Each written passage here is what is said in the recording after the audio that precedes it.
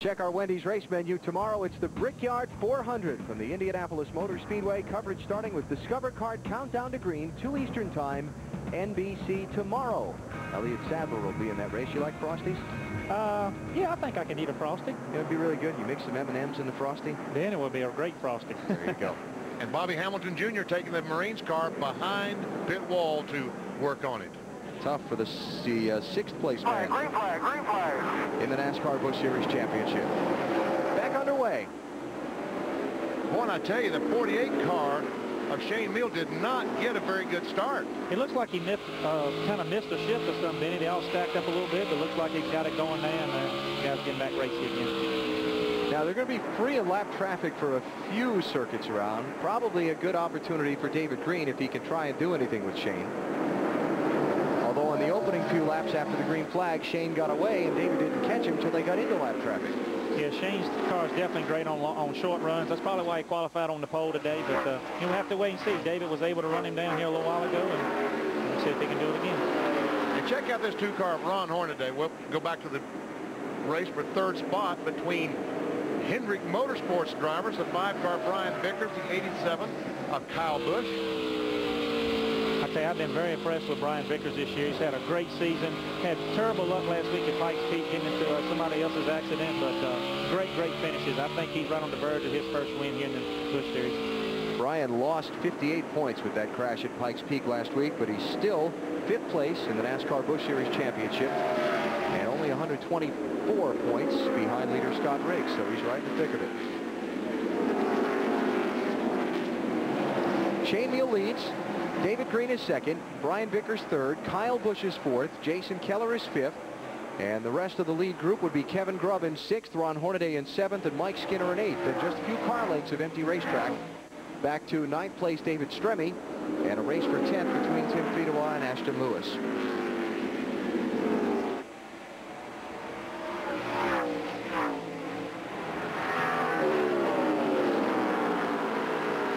See all these cars following each other in line, and here comes Vickers on the bottom of the racetrack challenging for 2nd spot.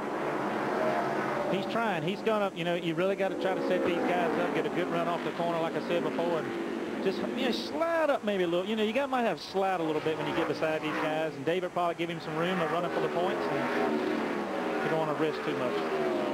There you go. Here's that race between Fedewa and Ashton Lewis. Timmy's in the 12, Ashton in the 46, and Scott Wimmer joining in the 23. Scott's trying to pull off another one of these runs that he came to trademark at the end of last season. Start in the back and race your way to the front. He definitely did that a bunch last year, but I'll tell you what just happened there with Tim Fedewa. He was trying to pass Ashton Lewis. He got on the bottom, got a little loose. Scott Wimmer got on the outside of him and made the pass. That's a chance you take here at IRP. You get on the bottom, these guys behind you can really get on the outside of you, trap you down, and make the pass on you. So it's a double-edged sword sometimes here at IRP. Tim Fedewa in the 12 car for Fitz Bradshaw Racing, just outside the top 10 in 12th position right now. There we see Fedewa, started in 15th. Just his 3rd race with the team as its driver.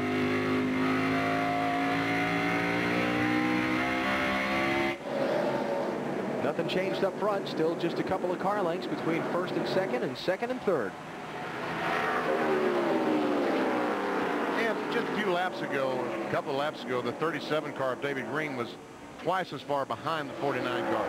Shane Meal in 48, caught a lap car. And it looks like that David Green is able to get through traffic a little bit better because he gained about 6 or 7 car lengths just passing that one slower car. Well, David Green's been around a long time too, Benny. He knows how to set the lap cars up where you need to, where it does not kill your momentum.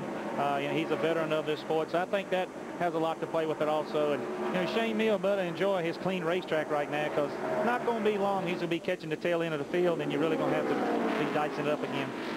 5 of David Green's 7 NASCAR Busch Series wins have come on short tracks, like we're racing on tonight. He's running 2nd right now, while his rival for the Busch Series title, his main rival at this point of the season, Scott Riggs, is back in 15th. Inside, Brian Vickers, no.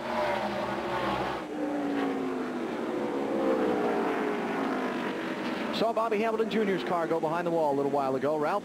Well, he's sitting here up on jack stands, and the guys have him starting the car and stopping the wrong with this? I think it's leaking oil between the head and the block where the plate goes over. We're not for sure. But it's a shame for all these guys. They bust their butt on this car all week long, but this ain't going to bother us. We're still going to go to Michigan and kick their butts there. So we'll try to get in safe seats, get us some laps, and go win Michigan. How tough will that be for them to fix? Well, right now they can't find it, you know, so it's just kind of a situation of trying to find anything. And if we can, we can. If we can't, we'll go from here.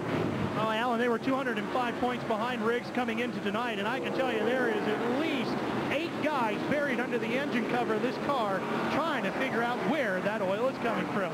And how in the world can you find it? Because there's so much oil.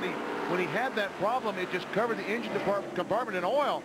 And now it's just more oil. Yeah, it seemed like the guys are going to have to clean the whole block, heads and everything, and then start the motor up and see where it's coming from. So it's like trying to find a needle in a haystack. So I feel sorry for those guys right now. Leaders caught the tail end of the field again. As we watch a race for 4th, Jason Keller on the move here around Kyle Busch. And that was a great, very impressive pass by Jason Keller. That's a smart move by Kyle Busch, too. Get in behind Jason. He caught him. Maybe follow him around a little bit and see where he's making up ground, so maybe he can learn something later on in the race. I talked with Jason earlier in the weekend. He said this is the only racetrack he has got 2 Busch Series victories at. While he normally goes into a weekend saying, I want to win, a top 5 will be good for points, he said nothing less than a victory tonight will be acceptable. Oh, blown engine in turn 1. 73 car. Jason Schuler. No caution yet. I say a blown engine. It might have been a transmission, drive shaft, something like that. Yeah, look at underneath. I think that's the drive shaft dragging the ground. And that drive shaft is tied up like a pretzel if it is. So Jason Schuler goes to the sidelines, but we stay under the green flag. Now we're starting to get to a point in the race where a couple things are happening. First, I started to mention the leaders have caught the tail end of the field again.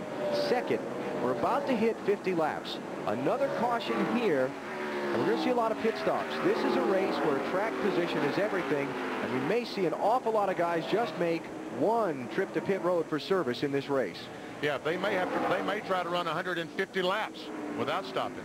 I tell you, we were talking about earlier, I had 2 great finishes here 2 years in a row, and the strategy we had before we even loaded our car on the truck to come to this racetrack, when we know we could go the rest of the way on fuel, we pit, and that's it. I could cut my radio off. I could not come back to pit road because track position is so important here at this racetrack. So I think you're going to see a lot of guys pit when the next caution comes out. If the guys are running further in the back, they might take 2 tires to try to get up front. We'll definitely see the front guys take 4 and see what happens. Mark, you got something to add to that? Well, one driver, one of the top contenders, Alan, may have already made that one pit stop. Johnny Sauter, the Payday Chevrolet, very, very tight, so they felt like they had to come in. They changed right side tires. However, they came in a couple of laps later when the 1 to go signal went out. They topped off, and that was on lap 27 that they came in. They believe they can go the rest of the way. They are counting on the fact they will get 15 to 20 laps of caution. If they get it, they're golden. If not, they're going to run out very close to the end of the race. How about that? Wow. That's a long ways on fuel. That is a very, very long ways. And at the end of that run, he's going to be slipping and sliding all over the racetrack with the tires as worn as they're going to be. Tell you what, we haven't had very many cautions for a normal IRP race yet, but the night is still young. We're just past the 1/4 mark here at Indianapolis Raceway Park. Shane Meal has led all of the laps so far. You're watching NASCAR on TNT. Challenge and change for second position. Brian Vickers just squeezing in front of David Green as we come back to Indianapolis Raceway Park in the Kroger 200. And here comes Jason Keller in that 57. I tell you, that 57 is running. He has run these guys down. You see him look under David Green there for a pass in turns 3 and 4. Probably going to get around this lap card and try to start working on him and try to work his way up, try to get 5 bonus points. Just behind these cars, Bobby Hamilton Jr. back on track in the 25 car. Unfortunately, 28 laps down in 38th position. Costly night in the championship for Hamilton Jr.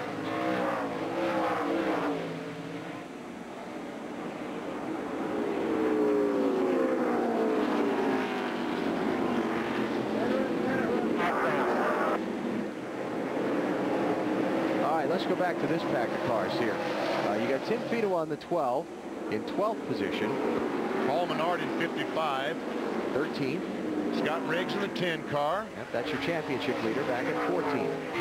These cars have not pitted yet. Stacy Compton in the 59. Remember, he was in the accident. But the only caution we've had, lap 21, when he basically spun around to avoid piling into Joey Clayton and Martin Truex, came down pit road, put on fresh tires, started at the back of the pack. He just went through all of these cars on the fresh tires, passed them all. He sure did on a track where it's not supposed to be easy to pass. He blew right by some really good race cars and was pulling away from them. So I really commend Stacy and those guys for getting the fenders all pushed back out and fresh tires. And hey, that's something to look forward to for the end of the night's over with. If fresh tires are that fast, see what kind of pit strategy these guys will have. And that's what we're talking about by Johnny Sauter just a moment ago in the 21 car. If Busch is expecting, the crew chief Busch Hilton is expecting him to run 160, 70 laps, he's going to be really slipping and sliding versus the competition. Last year's race here, Greg Biffle and Jason Keller were the two dominant drivers and cars on the night. They pitted with 25 laps to go for tires, restarted 6th and 7th, and took the lead away from Scott Riggs with 10 laps to go. Now, Riggs had a tire going down, which helped them catch him a little faster than it might. It was going to be really close, I thought. Be interesting to see who makes that late pit stop and tries to make the big charge through the field tonight. I think it makes a big difference, too, on how many cars are on the lead lap when you get down to that stage of the race. If Shane Meal keeps running these lap times and catching these cars like he is, with less cars on the lead lap, I think you have a better shot of doing that, coming in late, putting fresh tires on it, and taking your chances with it. Right now, we only have 22 cars on the lead lap. Uncharacteristically long time under green for this race. 43 cars on this racetrack, and we've only had one caution. These guys are behaving very well. It must not be a full moon or something. I don't know. Record for fewest cautions in one of these races, by the way, is 0. 1985, this Kroger 200 went caution-free here at IRP. Again, that's not the norm. Most cautions, 13. Yeah, that's what I was always thinking of. An average of probably 6 or 7 caution flags per event.